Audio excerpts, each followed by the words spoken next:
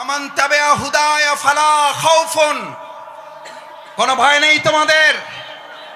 আমার ভাইয়েরা আমাদেরকে ভয় দেখিয়েছিলেন, আমাদেরকে ভয় দেখিয়ে আমাদের আজকের প্রধান মুফাসসির মাওলানা ডক্টর মিজানুর রহমান আজহারীকে দেশ ছাড়তে বাধ্য করেছিলেন। আজ এসে দেখে যান, আপনি নেই, আমাদের ডক্টর মাওলানা মিজানুর রহমান শুধু নেই, তার লক্ষ লক্ষ ভালোবাসার মানুষেরা টেকুয়া শুধু নয়, গোটা বাংলাদেশকে আজ আলো ছড়িয়ে দিয়েছে। আপনারা সাইদি সাহেবকে হত্যা করেছেন, এক সাইদি রহমানের অনুপস্থিতিতে লক্ষ সাইদি আমাদের তৈরি হয়ে কোরআনের দাওয়াত পৌঁছে দিচ্ছে। আমাদের হত্যা করা যায়, আমাদের ফাঁসি দেওয়া যায়, আমাদের শেষ করা যায় না, আমাদের শেষ করা যাবে না।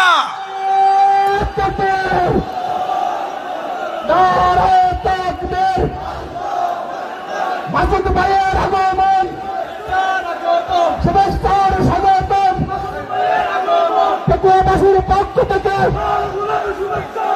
জনগণের পক্ষ থেকে বিপ্লব বিপ্লব, আজকের মাহফিলের পক্ষ থেকে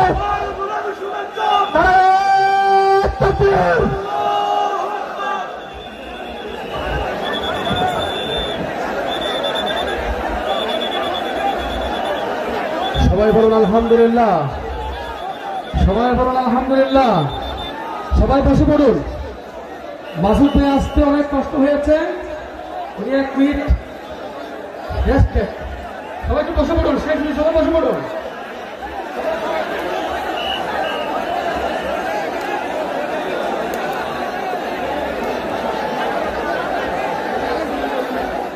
আসসালামু আলাইকুম ওয়া রাহমাতুল্লাহি ওয়া বারাকাতুহু।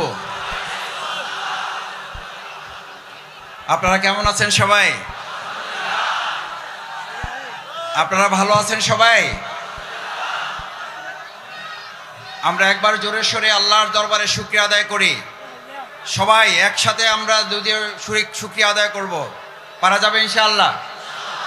যতদূর মাইকের আওয়াজ যায় সবাই আমরা একসাথে আল্লাহর দরবারে এই জন্য শুকরিয়া আদায় করব যে আল্লাহ তাআলা আমাদেরকে আজ এই উন্মুক্ত আকাশের নিচে বিশাল এই তাফসিরুল কোরআন মাহফিলে একত্রিত হওয়ার তৌফিক দিয়েছেন। সে আল্লাহ সুবহানাহু ওয়া তাআলার দরবারে আমরা আমাদের হৃদয়ের সবটুকু আবেগ এবং ভালোবাসা উজাড় করে মস্তক অবনত চিত্তে শুকরিয়া আদায় করতে চাই। সবাই পারবেন ইনশাআল্লাহ? আমরা সবাই একবার শুকরিয়া আদায় করে জোরে সোরে আলহামদুলিল্লাহ, আলহামদুলিল্লাহ, আলহামদুলিল্লাহ, আলহামদুলিল্লাহি রাব্বিল আলামিন, ওয়াসসালাতু ওয়াসসালামু আলা রাসূলিহিল কারীম ওয়া আলা আলিহি ওয়া সাহবিহি আজমাইন। আজকের এই বিশাল তাফসিরুল কোরআন মাহফিলের সম্মানিত সভাপতি, আজকের এই মাহফিলের সম্মানিত প্রধান মুফাসসিরে কোরআন, আন্তর্জাতিক খ্যাতি সম্পন্ন আলেমে দ্বীন, বিশিষ্ট ইসলামিক স্কলার, আমাদের অত্যন্ত শ্রদ্ধাভাজন, গোটা বিশ্বের দরবারে যিনি কোরআন এবং ইসলামের আহ্বান অত্যন্ত যৌক্তিকভাবে মানুষের সামনে তুলে ধরছেন, আমাদের আজকের সেই প্রাণপ্রিয় প্রধান আকর্ষণ জনাব মাওলানা ডক্টর মিজানুর রহমান আজহারী। আজকের এই প্রোগ্রামে উপস্থিত সম্মানিত আমন্ত্রিত অন্যান্য ওলামায়ে কেরাম, বরেণ্য আলেমে দ্বীন, আজকের এই প্রোগ্রামের সম্মানিত অতিথি বাংলাদেশ জামাত ইসলামী কক্সবাজার জেলা শাখার সংগ্রামী আমির, আজকের এই প্রোগ্রামের অন্যতম অতিথি বাংলাদেশ জামাত ইসলামীর আপনাদের অত্র অঞ্চলের প্রাণপ্রিয় মানুষ জনাব আব্দুল্লাহ আল ফারুক, আজকের এই প্রোগ্রামের সম্মানিত আয়োজক আপনাদের সকল প্রাণপ্রিয় ভাই, যিনি এই পুরো প্রোগ্রাম সমন্বয় করার জন্য আপনাদের সামগ্রিক সহযোগিতা এবং আল্লাহর ভালোবাসা নিয়ে সামনের দিকে প্রোগ্রাম এগিয়ে নিয়ে যাচ্ছেন, প্রিয় ভাই নিয়ামতুল্লাহ নিজামী।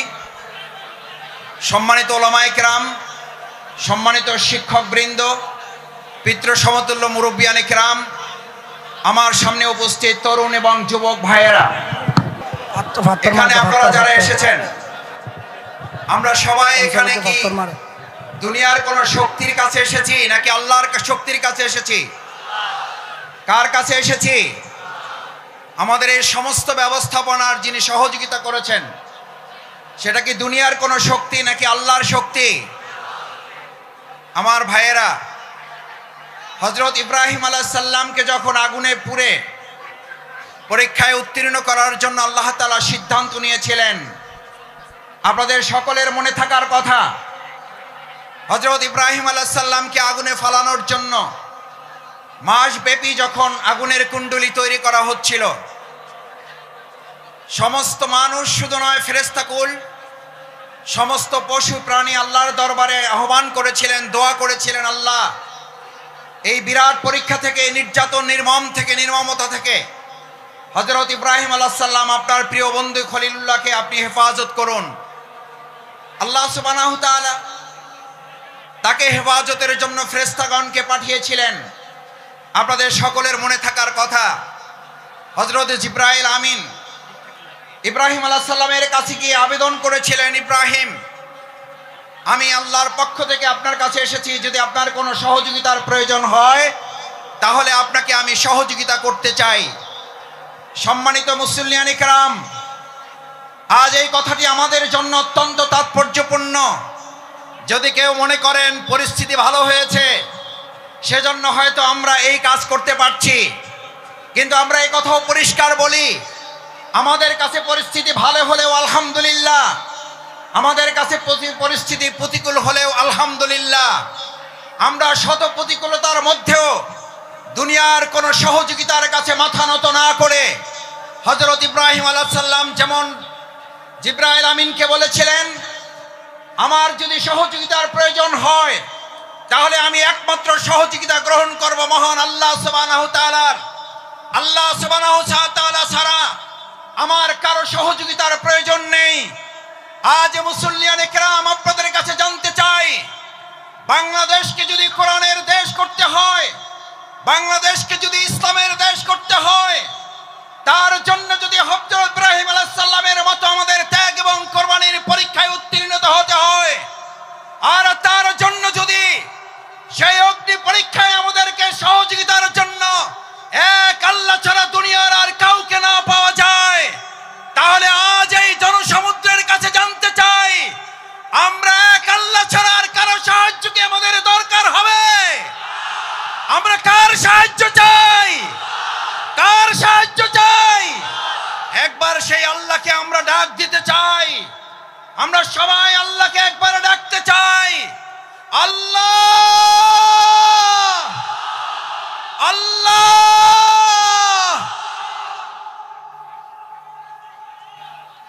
সম্মানিত ভাই এবং বন্ধুগণ, হযরত ইব্রাহিম আলাইহিস সালাম আল্লাহর সাহায্য চেয়েছিলেন।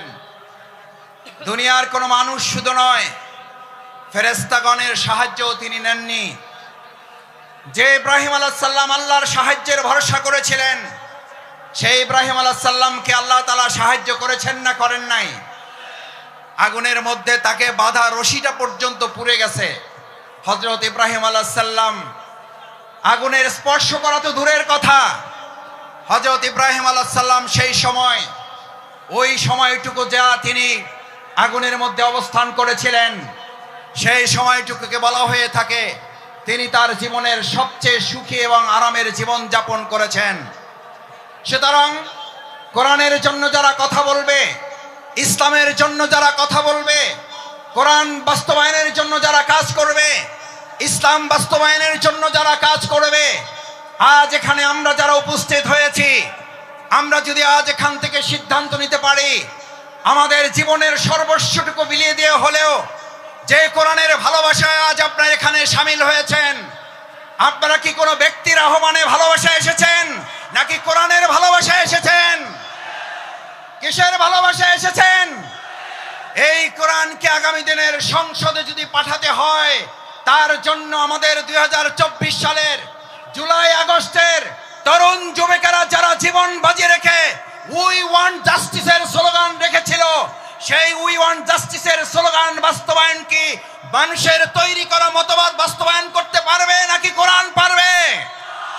উই ওয়ান্ট জাস্টিসের জন্য তরুণ যুবকেরা আমাদের মীর মুগ্ধ আবু সাঈদরা যদি জীবন দিতে পারে, আজ তরুণ যুবক এবং আমাদের জনতাকে জিজ্ঞেস করতে চাই, আগামী দিনে কোরআনের সংসদ কায়েমের জন্য, ইসলামের সংসদ কায়েমের জন্য আরেকবার যদি জীবন দিতে হয় আমাদের, সেই জীবন দিতে আমরা কি রাজি থাকব? আমরা কি রাজি থাকব?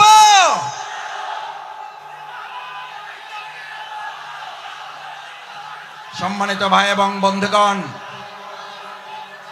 আল্লাহ সুবহানাহু ওয়া তাআলা মহাগ্রন্থ আল কোরআনে আমাদের জন্য উল্লেখ করেন,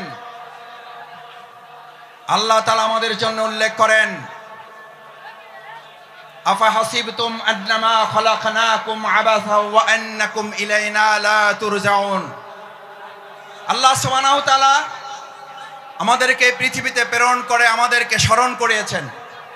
তোমরা কি মনে করো যে তোমাদেরকে এমনিতেই অর্থহীন ভাবে, টার্গেটলেস, এইমলেস, গোল শূন্য, কোনো উদ্দেশ্যহীন ভাবে তোমাদেরকে আমি পৃথিবীতে প্রেরণ করেছি? ওয়া ইলাইনা লা তুরজাউন, অথচ তোমাদেরকে তোমাদের কাজ সম্পন্ন করে কি আবার আমার কাছে ফিরে আসতে হবে না?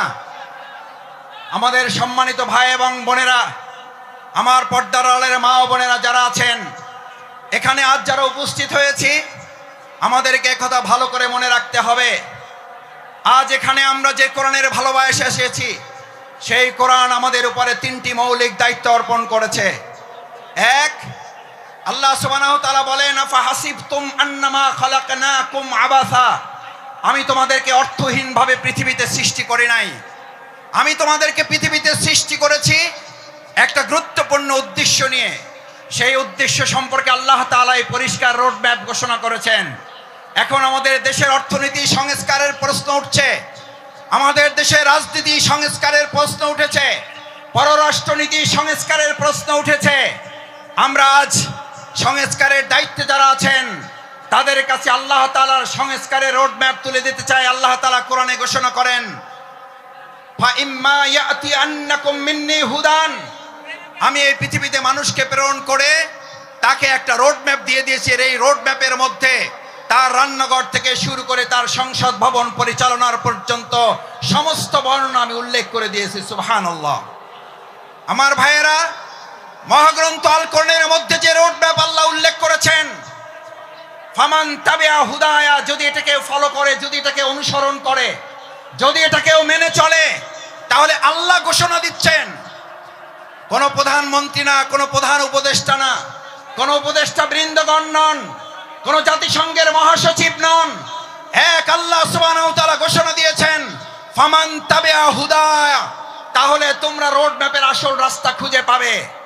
আমরা আজ বাংলাদেশের বর্তমান দায়িত্বে যারা আছেন তাদের কাছে মহাগ্রন্থ আল কোরআনের আহ্বান পৌঁছে দিয়ে বলতে চাই, বাংলাদেশকে যদি যথাযথ সংস্কারের মাধ্যমে তার আসল রোড ম্যাপে পরিচালনা করতে হয়, তাহলে মহাগ্রন্থ আল কোরআনের আইন দিয়ে ছাড়া মানুষের তৈরি করা কোনো চিন্তা, তন্ত্র, মতবাদ দিয়ে পুরনো সংস্কার করা সম্ভব হবে না। ভাই এবং বন্ধুগণ, আল্লাহ তাআলা বলেন, যদি এটাকে ফলো করো হুদায়া, তাহলে সঠিক পথ পাবে।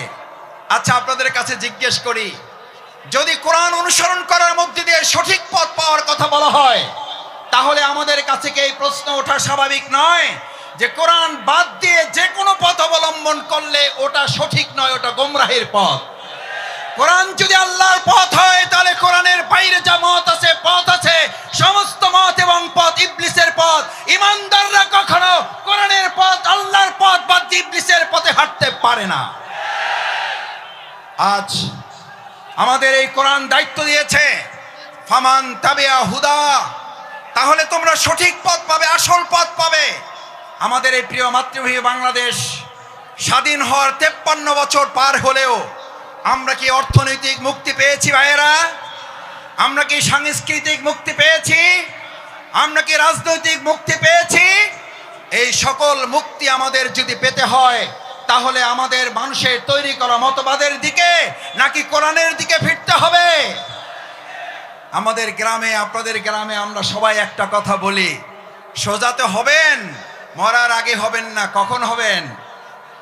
কখন হবেন? কাপড় দিয়ে যখন পায়ের কাছে একজন ধরে আর মাথার কাছে একজন ধরে, দুই থেকে দুইজন ধরে আর টানে, বলে যে আরো সোজা করো, আরো টাইট করো। ভাইয়েরা, মরার পরেই যদি আমাদের সোজা হতে হয়, চোখে যদি দেখতে পাই যে আমরা সোজা হচ্ছি এবং আমার সন্তানরা আমাকে টাইট করে বেঁধে সোজা করছে, আজ আমার সমস্ত পেকুয়াবাসী, বাংলাদেশের প্রান্ত থেকে যারা এখানে এসেছেন, আমরা আহ্বান জানাই, আসুন, মরার পরে যদি সোজা আমাদের হতেই হয়, তাহলে জীবিত থাকতেই আমরা সোজা হয়ে আমাদের বাংলাদেশকেও সোজা পথে পরিচালনার জন্য আর কোন মত এবং পথ নয়, কোরআনের পথেই বাংলাদেশকে আমরা সোজা করে পরিচালনা করব ইনশাআল্লাহ। দ্বিতীয় যে দায়িত্ব আল্লাহ তাআলা আমাদেরকে দিয়েছেন, ফামান তাবিআ হুদায়া ফালা খাউফুন, কোনো ভয় নেই তোমাদের। আমার ভাইয়েরা, আমাদেরকে ভয় দেখিয়েছিলেন, আমাদেরকে ভয় দেখিয়ে আমাদের আজকের প্রধান মুফাসসির মাওলানা ডক্টর মিজানুর রহমান আজারীকে দেশ ছাড়তে বাধ্য করেছিলেন। আজ এসে দেখে যান, আপনি নেই, আমাদের ডক্টর মাওলানা মিজানুর রহমান শুধু নেই, তার লক্ষ লক্ষ ভালোবাসার মানুষেরা পেকুয়া শুধু নয়, গোটা বাংলাদেশকে আজ আলো ছড়িয়ে দিয়েছে। আপনারা সাইদি সাহেবকে হত্যা করেছেন, এক সাইদি রহমানের অনুপস্থিতিতে লক্ষ সাইদি আমাদের তৈরি হয়ে কোরআনের দাওয়াত পৌঁছে দিচ্ছে। আমাদের হত্যা করা যায়, আমাদের ফাঁসি দেওয়া যায়, আমাদের শেষ করা যায় না, আমাদের শেষ করা যাবে না।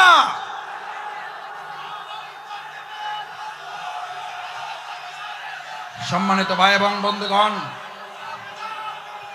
সম্মানিত ভাই এবং বন্ধুগণ, ফালা খাউফুন, সুতরাং আমাদেরকে আপনি ভয় দেখাবার কে? যারা আমাদেরকে ভয় দেখিয়েছেন, 17 বছর এই বাংলাদেশের 18 কোটি নাগরিককে আপনারা ভয় দেখিয়েছেন। শেষ পর্যন্ত আপনারা ভয় দেখাতে দেখাতে এতটা ভয় পেলেন যে আপনারা দেশের জেলখানায় পর্যন্ত জায়গা হলো না, আপনাদেরকে দেশ ছেড়ে পালাতে হলো। আল্লাহ তাআলা নিশ্চিত করেছেন, ফালা খাউফুন, তোমাদের ভয় পাওয়ার কোনো দরকার নেই, কারণ যারা আল্লাহকে ভয় করে তাদের দুনিয়ার আর কাউকে ভয় করতে হয় না, বরং গোটা দুনিয়া তাদেরকে ভয় করে। ফালা খাউফুন আলাইহিম ওয়ালা হুম ইয়াহজানুন। আল্লাহ সুবহানাহু ওয়া তাআলা শুধু ভয়ের ব্যাপারে আপনাকে নিশ্চিত করে নাই, আল্লাহ তাআলা বলেন, আমার এই ভয়ে যদি তোমরা উত্তীর্ণ হতে পারো, এক আল্লাহকেই যদি ভয় করতে পারো, কোনো গুলি বন্দুককে যদি তোমরা ভয় না করো, তাহলে আমি আল্লাহ তোমাদেরকে এবার দ্বিতীয় নিশ্চয়তা দিচ্ছি, ওয়ালা হুম ইয়াহজানুন, তোমাদের আর কোন রকম দুশ্চিন্তা, উদ্বেগ, উৎকণ্ঠায় ভুগতে হবে না। আলহামদুলিল্লাহ, বিগত 15 বছর আপনারা ত্যাগ এবং কোরবানি, নির্যাতন, নিপীড়নের মুখে থেকেছেন। এই পেকুয়াবাসী, এই চট্টগ্রামের বন্দরের নগরীর মানুষেরা জীবন বাজি রেখেছেন, কিন্তু কোনো গুলি বন্দুক ফাঁসির কাছে আমাদের ভাইয়েরা মাথা নত করে নাই বলে আজ আল্লাহ তাআলা উদ্বেগ, উৎকণ্ঠা এবং স্বস্তির মধ্যে আমাদের এই সুন্দর একটা প্রোগ্রামের আয়োজন করার তৌফিক দিয়েছেন। এটা কার পুরস্কার? কার পুরস্কার? আমাদের পূর্ণ পুরস্কার এখনো আমাদের হাতে আসে নাই। আমাদের আসল পুরস্কার আল্লাহ ঘোষণা করেছেন, বিসমিল্লাহির রহমানির রহিম, ইযা জাআ নাসরুল্লাহি ওয়াল ফাতহ, যখন আল্লাহর সাহায্য এবং বিজয় আসে। কার সাহায্য? কার? কোন পার্শ্ববর্তী রাষ্ট্রের, প্রশাসনের, সেনাবাহিনীর, র্যাবের সাহায্য কার? নাসরুল্লাহ, ইযা জাআ নাসরুল্লাহি ওয়াল ফাতহ। যে আল্লাহ আমাদেরকে সাহায্য করেন, সে আল্লাহ তাআলাই বলেন, আমি যখন কাউকে সাহায্য করি তার বিজয় ছাড়া আর অন্য কিছু হতে পারে না। নাসরুল্লাহ, ইযা জাআ নাসরুল্লাহি ওয়াল ফাতহ, কারণ আমার সাহায্য যেখানে যায়, গোটা দুনিয়া তার বিপক্ষে থাকলেও বিজয় ছাড়া তার কিছুই হয় না। আজ বাংলাদেশে আল্লাহর সাহায্য এসেছে, গোটা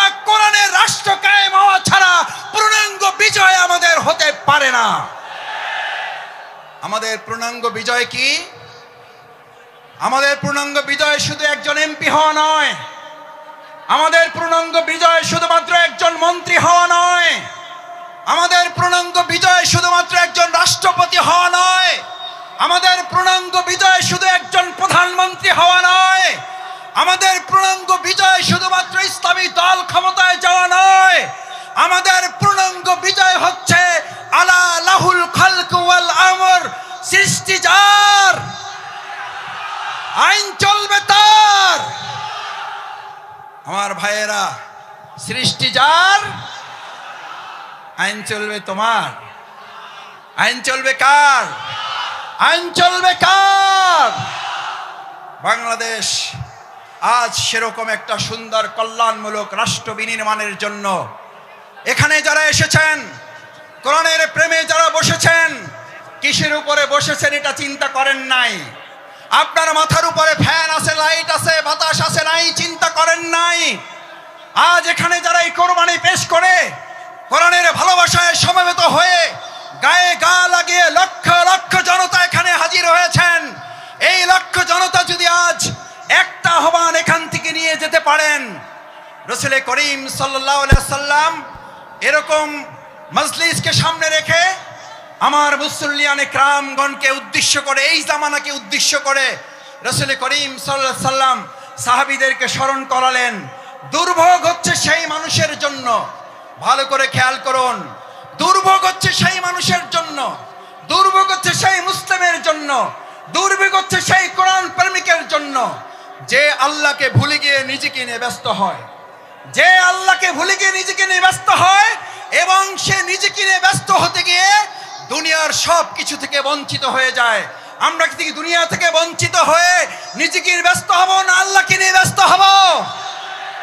আমার ভাইয়েরা আসুন, আজ সেই কারণে রাসূল করিম সাল্লাল্লাহু আলাইহি সাল্লাম বললেন, আব্দুল্লাহ ইবনে মাসউদ হাদিসটি বলে আমার কথা শেষ করে, আব্দুল্লাহ ইবনে মাসউদ রাদিয়াল্লাহু তাআলা আন قال رسول الله صلى الله عليه وسلم ويقولون ما لا يفعلون। তোমাদের মধ্যে এমন একটা সময় আসবে, কোরআন শোনার লোক থাকবে, কোরআন জানার লোক থাকবে, কোরআনের আলোকে সে হয়তো পথ চলার কথাও বলবে, ইয়াকুলুনা মা লা ইয়াফআলুন, কিন্তু কোরআনের আলোকে সমাজ এবং রাষ্ট্র পরিচালনার লোক পাওয়া যাবে না। ওয়ায়াফআলুনা মা লা ইউমারুন, আবার কিছু কাজ করলেও কোরআনের পূর্ণাঙ্গ রূপ বাস্তবায়ন হবে না। আজ এখানে যারা আছেন, আমরা কি কোরআন বাস্তবায়নের জন্য সবাই রাজি আছি ইনশাআল্লাহ? সবাই কি রাজি আছি ইনশাআল্লাহ? আল্লাহ মেহেরবানি করে হাতগুলো আপনার আরশের আজিমের ক্যামেরায় এগুলো তুলে নিয়ে কাল কিয়ামতের দিন কোরআনের কর্মী হিসাবে আমাদেরকে নাজাতের জন্য, জান্নাতের জন্য আপনি কবুল মঞ্জুর করুন। আল্লাহ এই আয়োজনকে বাংলাদেশের জন্য কবুল করুন, কোরআনের সংসদের জন্য আয়োজনকে কবুল করুন, কোরআনের রাষ্ট্রের জন্য এই আহ্বান আয়োজনকে কবুল করুন। সম্মানিত ভাই এবং বন্ধুগণ, আসুন আমরা আমাদের প্রধান মুফাসসিরে কোরআন হযরত মাওলানা ডক্টর মিজানুর রহমান আজারি হাফিজাহুল্লাহর কিছুক্ষণের মধ্যে আপনাদের সামনে কথা বলবেন। আমরা দোয়া করি অন্যান্য উলামায়ে কেরামগণ আরো কথা বলবেন। আল্লাহ সুবহানাহু ওয়া তাআলা আমাদের এই প্রিয় মাতৃভূমিকে সব ধরনের বিশৃঙ্খলা ষড়যন্ত্র থেকে হেফাজত করুন। সকলে বলুন আমিন। আসসালামু আলাইকুম ওয়া রাহমাতুল্লাহি ওয়া বারাকাতুহু। অনেক ধন্যবাদ।